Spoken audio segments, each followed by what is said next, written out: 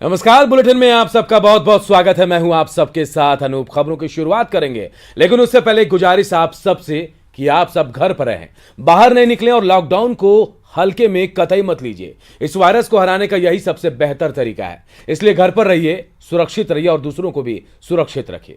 और चलिए बढ़ते हैं खबरों की ओर। सबसे पहले कोरोना संकट की बात करते हैं और जानते हैं देश में इस वक्त कोरोना का क्या हाल है। अपडेट पूरे देश का।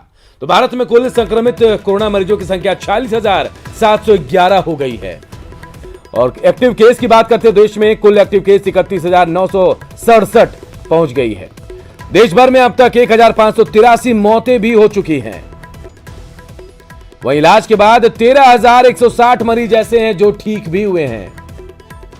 और देश में जो रिकवरी रेट है वो 27.41% है।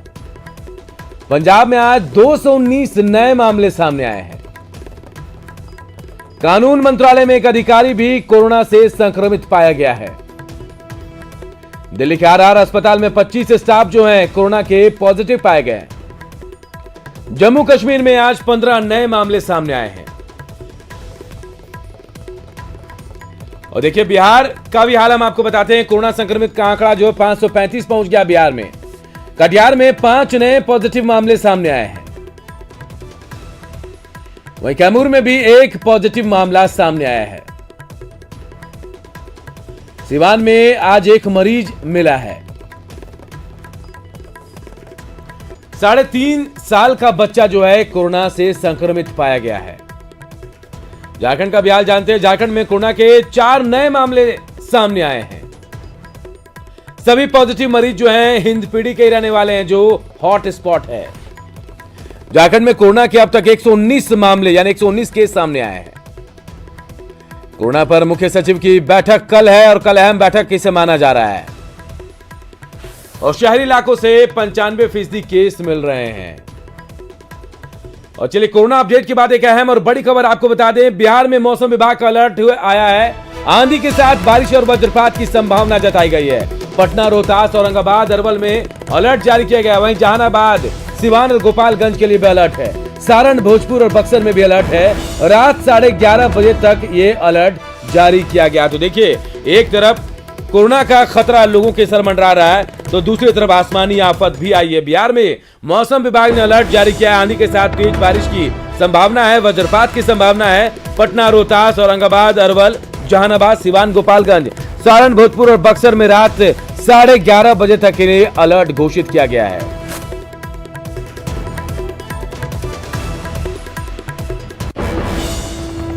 तो सबसे पहले बात करते हैं बेमौसम बारिश से आई मुसीबत की। बिहार में आज आसमान से जमकर आफत बरसी। आसमानी बिजली की चपेट में आने से 10 से ज्यादा लोगों की मौत हो गई, जबकि कई लोग झुलस गए। हम आपको राज्य के 5 जिलों की तस्वीरें दिखा रहे हैं। ये तस्वीरें पटना, सीतामढ़ी, कटिहार, नालंदा और जहानाबाद की है। पटना के दुल्हिन बाजार के फतेहपुर गांव में आसमानी बिजली की चपेट में आने से 2 लोगों की मौत हो गई। तो वहीं सीतामढ़ी के बाजपट्टी में भी 2 लोग टंकी की चपेट में आ गए। कटिहार के शिकारपुर गांव में भी 2 लोग आसमानी बिजली की चपेट में आ गए। तो वहीं नालंदा में एक किसान की मौत हो गई, जबकि जहानाबाद में भी 2 लोगों की जान गई है। वहीं 2 लोग यहाँ झुलसे भी हैं। जहानाबाद के निवारी और डाहरपुर में यह हादसा हुआ है।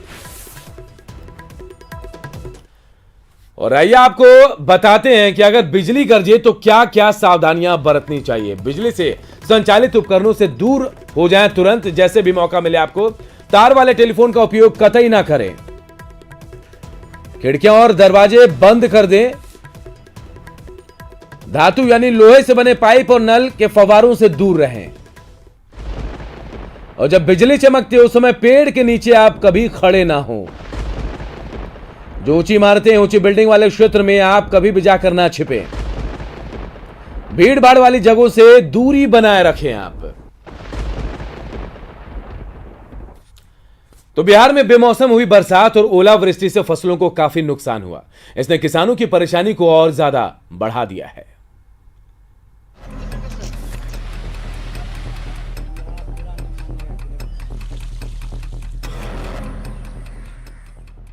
कोरोना संकट के बीच आसमान से आफत बरसी। बारिश और ओलावृष्टि से फसलों को नुकसान तो हुआ ही, वज्रपात से कई लोगों की मौत भी हो गई। बिहार के अलग अलग जिलों में वज्रपात ने कई लोगों की जिंदगी छीन ली और कईयों को घायल कर दिया। कुछ जिलों में बारिश और ओलावृष्टि से किसी की मौत तो नहीं हुई, लेकिन किसानों का बहुत नुकसान हो गया। बारिश से मुंगेर में सब्जी की फसल नष्ट हो गई, वहीं कई प्रखंडों में गेहूं की कटी फसल को काफी नुकसान हो गया। मधेपुरा में तो फरवरी से लेकर अब तक कई बार बेमौसम बरसात हो चुकी है। मई महीने की बात करें तो 4 और 5 मई को दोनों दिन बारिश हुई, जिसने किसानों की परेशानी को कई गुना बढ़ा दिया है। कृषि विभाग के आंकड़े बताते हैं कि करीब 11,000 हेक्टेयर में लगी गेहूं, मक्का, आम, लीची, दलहन और सब्जी की खेती प्रभावित हुई। भागलपुर में तो दोपहर में रात का नजारा दिखने लगा। चारों तरफ अंधेरा छा गया और सड़क पर चल रही गाड़ियों की लाइटें जल गई। मौसम में अचानक आए बदलाव ने लोगों को हैरत में डाल दिया। औरंगाबाद में दोपहर में अंधेरा तो नहीं छाया, लेकिन टपाटप गिरते ओले से किसानों को कितना नुकसान हुआ होगा आसानी से समझा जा सकता है। छपरा में बारिश से किसानों को तो नुकसान हुआ ही होगा। बारिश ने प्रशासन की पोल भी खोल कर रख दी।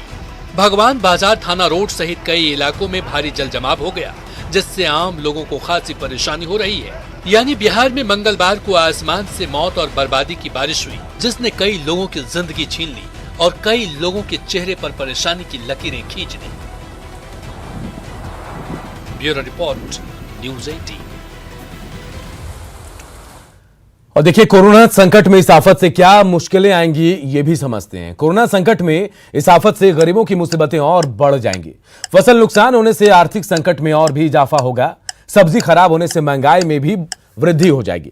आने वाले समय में सामान की आपूर्ति में कमी आएगी और सरकारी मदद से किसान इस बड़ी मुसीबत से उबर पाएंगे। और देखिए, इसी बीच आज सीएम नीतीश कुमार ने कृषि, खाद्य, उपभोक्ता और सहकारिता विभाग की समीक्षा बैठक की। इसमें उन्होंने कई निर्देश दिए हैं। सीएम ने कृषि इनपुट अनुदान के तहत अनुदान की राशि तुरंत किसानों के खाते में डालने के निर्देश दिए हैं। साथ ही आपदा से फसलों को हुए नुकसान की अनुदान राशि 15 मई तक खाते में डालने के निर्देश दिए गए। और साथ ही कहा कि लंबित राशन कार्डों के कार्ड धारकों के दावे सही पाए जाने पर उनके खाते में 1,000 रुपए डाले जाएं। साथ ही राशन कार्ड में लाभुकों के नाम सुनिश्चित करने के साथ कई निर्देश दिए गए हैं। सीएम ने खाद्यान्न की जरूरत के सही आकलन की बात पर भी जोर दिया है।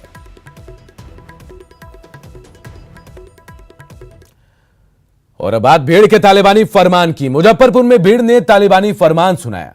हथौड़ी थाना इलाके में तंत्र पूजा की अफवाह के बाद महिलाओं के साथ दरिंदगी की तस्वीर वायरल हो गई।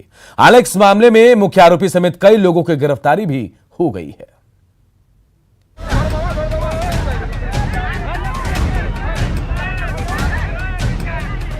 भीड़ की ये शक्ल किसी खौफनाक सजा के ऐलान के लिए जुटी थी। मुजफ्फरपुर के हथौड़ी थाना इलाके में तंत्र पूजा की अफवाह के बाद तालिबानी जजों की फौज जमीन पर उतर आई। इन महिलाओं को भीड़ ने डायन बताकर वो कुकृत किया जो शायद इंसानी जहन में अपच्ची इस मैल को उगल देने जैसा है। डिजिटल क्रांति का प्रतीक मोबाइल सभी के हाथों में जगमगा उठा। दरिंदगी की फिल्म फिल्माने की होड़ के भी इन महिलाओं की हाड़ पल पल कांपती रही। भीड़ ने मैला पिलाया, बाल मुंडवाए, फोटो खींची और वायरल कर दिया। और ये डरी सहमी महिलाएं अपनी अगली सजा का इंतजार करती रही, सहती रही उस फरमान को जो इंसान तो कतई नहीं था। मामले में साजिश करता श्याम सहनी समेत कुछ लोगों की गिरफ्तारी हुई और अब स्पीडी ट्रायल के जरिए कठोरतम सजा की बात हो रही है। जितने वहाँ पर लोग थे उनकी पहचान की, जिसके बाद उन पे 15 से अधिक लोगों के विरुद्ध जो है कांड दर्ज किया गया और 9 व्यक्तियों की गिरफ्तारी, 9 मुख्य अभियुक्तों की गिरफ्तारी भी की जा चुकी है। इस गिरफ्तार जो किए गए हैं उनमें मुख्य वे हैं जिन्होंने लोगों को प्रेरित किया था इस अमानवीय कृत्य के लिए, साथ साथ कैंची आदि उपकरण भी उपलब्ध कराए थे और स्वयं उसमें सम्मिलित थे। इन लोगों को गिरफ्तार किया गया। 9 व्यक्तियों को अभी तक गिरफ्तार किया जा चुका है, बाकी के लिए कार्रवाई जारी है। दकियानूस विचारधारा की धार में बह निकली इस भीड़ से सवाल पूछना लाजमी है, लेकिन जरूरी ये भी है कि जागरूक समाज के ये चेहरे खुद से पूछें कि जो उन्होंने किया वो क्या सही था। मुजफ्फरपुर से सुधीर और पटना से अमित की रिपोर्ट।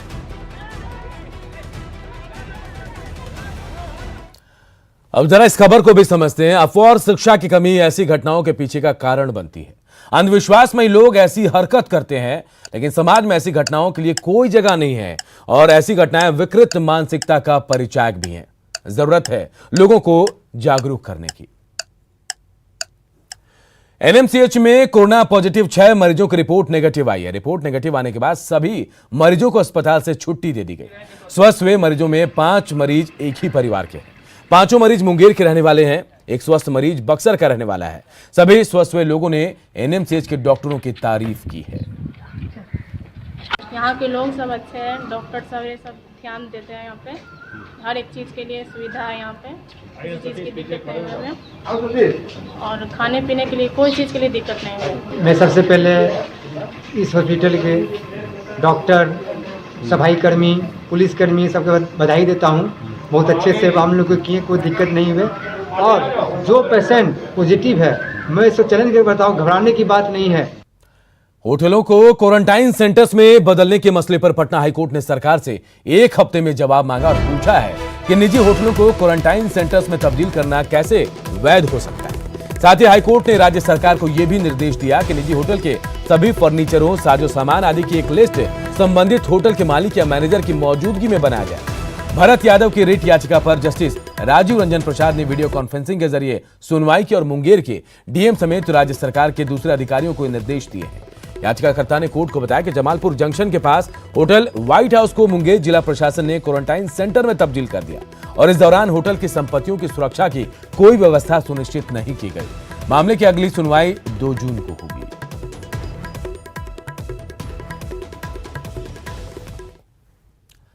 और अब आपको सचेत करने वाली खबर आपको बताते हैं। राजधानी पटना में नकली मास्क और सैनिटाइजर के कारोबार का खुलासा हुआ है। ड्रग्स डिपार्टमेंट की सूचना उनको मिली थी कि गोविंद मित्रा रोड में नकली और यूज्ड मास्क को पैक कर बेचा जा रहा है। यही नहीं, मिलावटी सैनिटाइजर भी ग्राहकों को दिया जा रहा है। सूचना के बाद पहुंची टीम ने छापेमारी की और छापेमारी में कई गड़बड़ियां भी सामने आई हैं। देखिए, ऐसी सूचना हम लोग को कॉन्फिडेंशियली प्राप्त हुई कि न्यू मेट्रो सर्जिकल के संस्थान के द्वारा बहुत ही गंदा या ऐसा कहें यूज़ किया हुआ मास्क जो है N95 का सेल किया जा रहा है। इसी के तफ्तीश में हम लोग आए, आज टीम बनी थी असिस्टेंट डायरेक्टर कंट्रोल साहब की तरफ से। आज हम लोग आए तो जो हम लोग को सैंपल प्रोवाइड किया गया था वो सैंपल यहाँ पर मिला, जो आपको फुटेज में भी दिख रहा है। और उस फोटोज़ को देखने से आप भी ये अनुमान लगा सकते हैं कि कहीं ना कहीं ये जो मास्क है ये इसका पेंट टूटा हुआ है या फंगस लगा हुआ है और गंदा है। इस दूसरी बात ये है कि इस संस्थान के जो ऑनर है, इनसे हम लोग बिल वगैरह की परचेज की भी मांग करें, वो भी ये प्रोवाइड नहीं। और अब बात करते हैं कटिहार के, जहां के बरारी बीआरसी केंद्र पर सोशल डिस्टेंसिंग की धज्जियां उड़ाई गई। ऐसा किया नियोजित शिक्षकों ने, जिनकी हड़ताल सोमवार को खत्म हुई है। दरअसल शिक्षकों को प्रखंड कार्यालय में योगदान देना था और छोटे से जगह पर सैकड़ों शिक्षकों को बुला लिया गया। आप खुद इन तस्वीरों के जरिए देखिए कि गुरुजी सोशल डिस्टेंसिंग का कैसे मखौल उड़ा रहे हैं।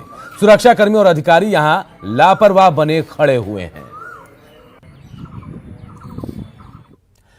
लॉकडाउन में जामताड़ा से आई तस्वीरें सरकारी आदेशों को ठेंगा दिखा रही है। मुमकिन है कि हर चौक चौराहे पर प्रशासन की नजर नहीं रह सकती, लेकिन जब सैकड़ों लोगों का काफिला एसपी जामताड़ा के आवास से होकर गुजरे और उसे रोका नहीं जाए, तब सवाल उठना लाजमी है। ये खास रिपोर्ट देखिए। जामताड़ा से अब तक कोरोना के 2 मामले सामने आ चुके हैं। ऐसे में प्रशासन के कंधे पर विशेष जिम्मेदारी है। सरकार ने प्रशासन को निर्देश दिया है कि कोरोना बंदी का सख्ती से पालन करवाएं, लेकिन प्रशासन है कि हाथ पर हाथ धरे बैठा है। जामताड़ा में बंगाल से बिहार जाने वाले कॉरिडोर के साथ ही रेल लाइन पर सैकड़ों के झुंड में बच्चे, महिलाएं, बुजुर्ग और बीमार अपने घर की ओर जा रहे हैं। साइकिल पर गठरी बांधे इन सैकड़ों लोगों का काफिला जामताड़ा के एसपी अंशुमन कुमार के घर से होकर भी गुजरता है। न्यूज 18 की टीम ने जब एसपी अंशुमन से बात करने की कोशिश की तो उन्होंने कन्नी काट ली। वहीं उपायुक्त ने पुलिस और जिला प्रशासन द्वारा पूरी सख्ती से कोरोना बंदी के निर्देशों का पालन करने की बात कही है।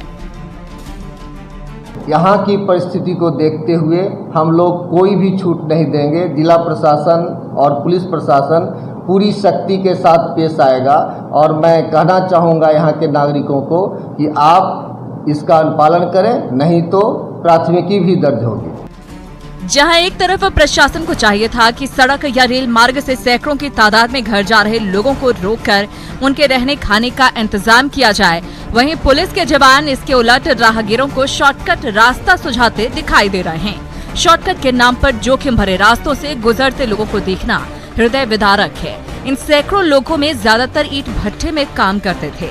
पैसे खत्म हो जाने के कारण घर लौटने को मजबूर हैं। कईयों ने बीते कई दिनों से भरपेट खाना तक नहीं खाया है। पैसे नहीं जाएगा, खुराकी उराकी तो नहीं दे रहा है, आगे से भी काम करते रहते हैं वहाँ पर। बच्चा लोग सब ऐसे ही तो क्या करेगा, होली के बाद ही लोग ले गया परीक्षा देने के बाद। हमने मिलला शहर अभियान के लिए दादन दल का कमा लिया खा लिया गरीब आदमी। तकर बाद उनका सीजन टूट लगल कर लॉकडाउन नहीं होतो तो काहे यहाँ रवि तुमका गरीब 4 धाम देतो तो लेबे तो नहीं।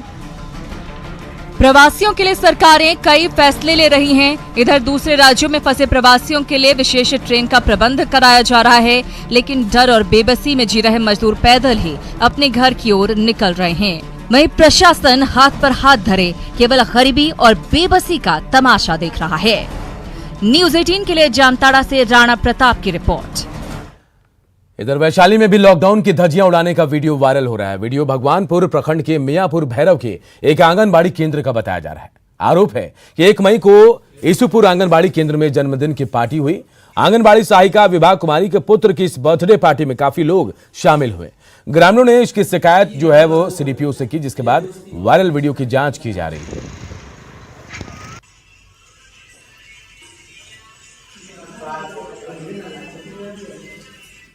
वीडियो है, ये सच्चाई को छुपाने के लिए वो अपना गलत बयान दे रहा है। सही यही है कि 1 तारीख की संध्या में उसने 50 से ऊपर की संख्या में युवाओं को बटोरकर और उसके साथ खाने पीने की योजना बनाकर और उसमें जश्न मनाने का कार्य हुआ, जो सरेआम लॉकडाउन का उल्लंघन है। संभावना है कि हम लोग ग्रसित हो जाएंगे। बचाइए बचाइए बचाइए, इससे इस पर कानूनी कार्रवाई कीजिए।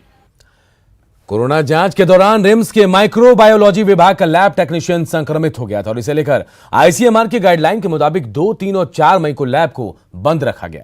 आज एक बार फिर लैब को खोल दिया गया और कोरोना की जांच शुरू कर दी गई है। रिम्स प्रबंधन अब इस बात की कोशिश में है कि कैसे लैब के स्टाफ को संक्रमण का खतरा कम हो और इसके लिए उपाय भी किए जा रहे हैं।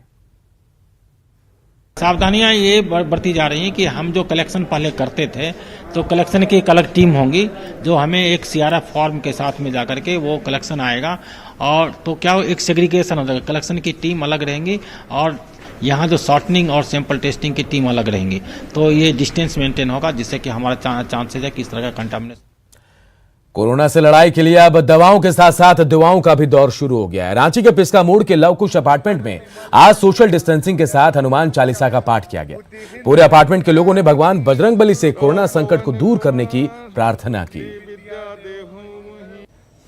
अभी देखा जाए तो बहुत ज्यादा नेगेटिविटी आ गई है और दुआ के साथ साथ दवा के साथ साथ दुआ की भी आवश्यकता है और भक्ति में शक्ति है। हमें कोरोना को भगाना है। हमारे लवकुश अपार्टमेंट के सीनियर सिटीजन, महिलाएं, बच्चे, जवान सभी ने इसमें भाग लिया। जय कोरोना को लेकर कोई कंफ्यूजन ना रहे, लोगों को सही और पूरी जानकारी मिले, इसे लेकर न्यूज़ 18 ने कोरोना कंट्रोल रूम बनाया है, जहां पर हम दर्शकों के मन में उठ रहे सवालों के जवाब अपने एक्सपर्ट और डॉक्टर के जरिए सीधे देने की कोशिश कर रहे हैं। इसी कड़ी में हमारे साथ जुड़े मुंबई के आरआईएल से डॉक्टर हितेंद्र वागले। उन्होंने दर्शकों के सवालों के जवाब दिए और सभी की आशंकाओं को दूर भी किया।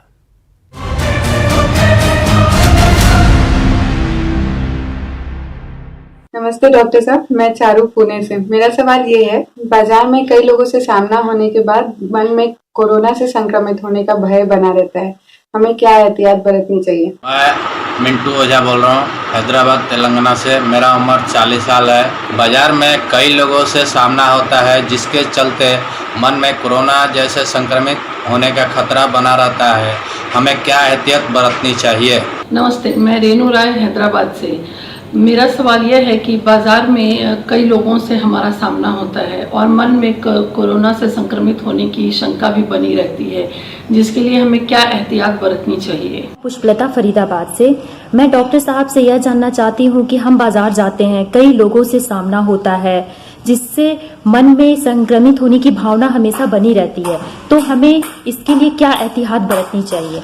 बाजार जाते समय हर इंसान को जहाँ तक हो सके मुंह पे मास्क या हाथ में ग्लव्स पहन लेने चाहिए।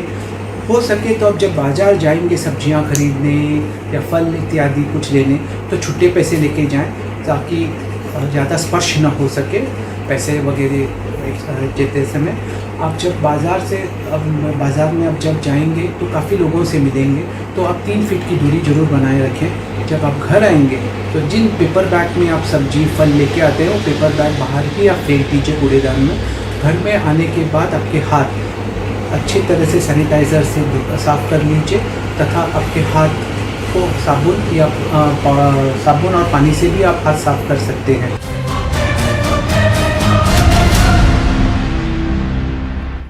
और गुजारिश एक बार फिर आप सबसे कि आप सब घर पर रहें, दूसरों को भी सुरक्षित रखें और खुद भी सुरक्षित रहें। इस बुलेटिन में फिलहाल इतना ही, लेकिन खबरें लगातार जारी है। देखते रहिए न्यूज़ 18 बिहार झारखंड।